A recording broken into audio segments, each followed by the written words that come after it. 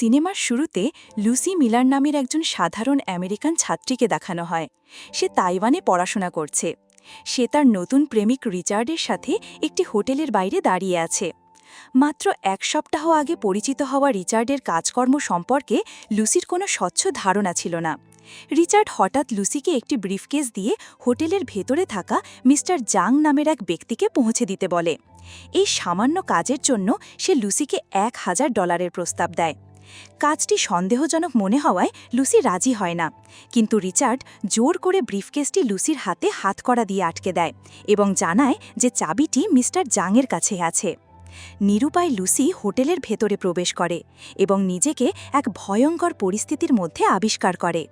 হোটেলের লবিতে পৌঁছানোর পরেই সে দেখে মিস্টার জাংয়ের লোকেরা বাইরে রিচার্ডকে গুলি করে হত্যা করছে।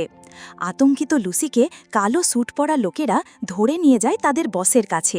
সেই বস মিস্টার জাং, এক কোরিয়ান গ্যাংস্টার যে অত্যন্ত নির্মম। লুসিকে ব্রিফকেসটি খুলতে বাধ্য করা হয়। ভয়ে কাঁপতে থাকা লুসি যখন সেটি খোলে, তখন ভেতর থেকে নীল রঙের স্ফটিকের মতো দেখতে 4টি প্যাকেট বেরিয়ে আসে। এটি ছিল এক ধরনের সিনথেটিক ড্রাগ, যার নাম CPH-4। এটি অত্যন্ত বিরল এবং শক্তিশালী।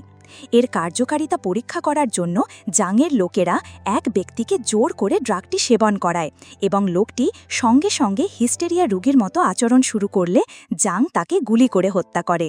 এই ভয়াবহ দৃশ্য দেখে লুসি বাঁচার জন্য আকুতি জানায়, কিন্তু জাং তাকে এবং আরও 3 জন ব্যক্তিকে তাদের অজান্তেই ড্রাগ পাচারের কাজে ব্যবহার করার সিদ্ধান্ত নেয়। লুসিকে অজ্ঞান করে তার পেটের ভেতরে অস্ত্রোপচারের মাধ্যমে CPH-4-এর একটি প্যাকেট ঢুকিয়ে দেওয়া হয়।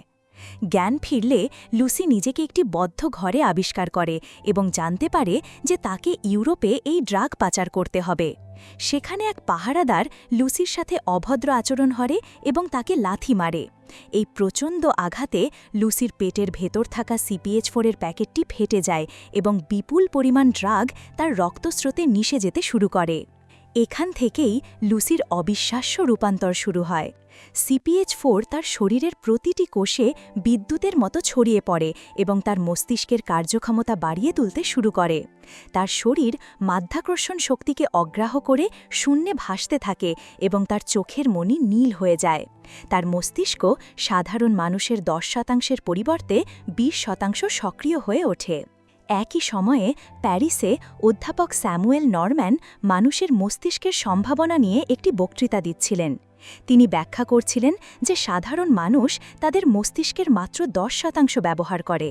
যদি কোনোভাবে 20% ব্যবহার করা সম্ভব হয়, তবে মানুষ তার নিজের শরীর এবং অন্যদেরও নিয়ন্ত্রণ করতে পারবে, যেমনটা ডলফিনরা করে।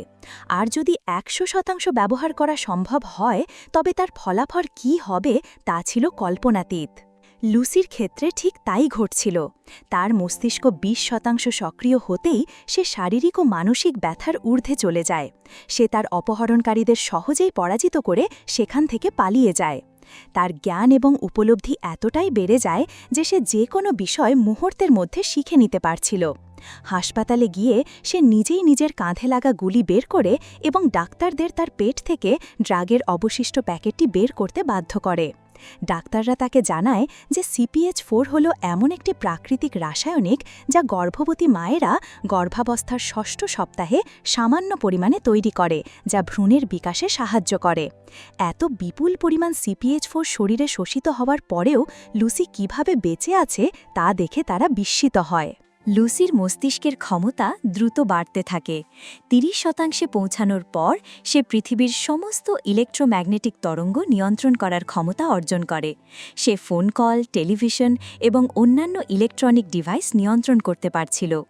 সে অধ্যাপক নরম্যানকে ফোন করে নিজের অবস্থার কথা জানায় এবং তার গবেষণার সমস্ত নোট এক মুহূর্তে পড়ে ফেলে। লুসি বুঝতে পারে যে তার শরীর বেশিক্ষণ এই বিপুল শক্তি ধরে রাখতে পারবে না। তার একমাত্র উদ্দেশ্য হয়ে দাঁড়ায় তার অর্জিত সমস্ত জ্ঞান মানবজাতির কল্যাণে দিয়ে যাওয়া। এই জ্ঞানকে সম্পূর্ণ করতে তার বাকি 3টি CPH-4 প্যাকেটের প্রয়োজন ছিল।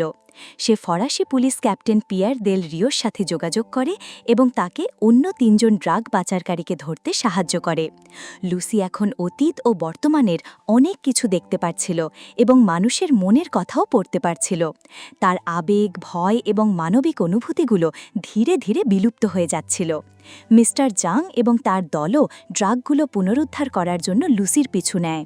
প্যারিসের একটি বিশ্ববিদ্যালয়ে লুসি অধ্যাপক নরমান এবং তার দলের সাথে দেখা করে।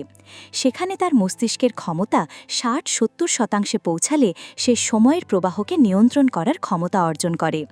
জাংয়ের লোকেরা যখন সেখানে আক্রমণ করে, লুসি একাই তার মানসিক শক্তি দিয়ে তাদের পরাস্ত করে।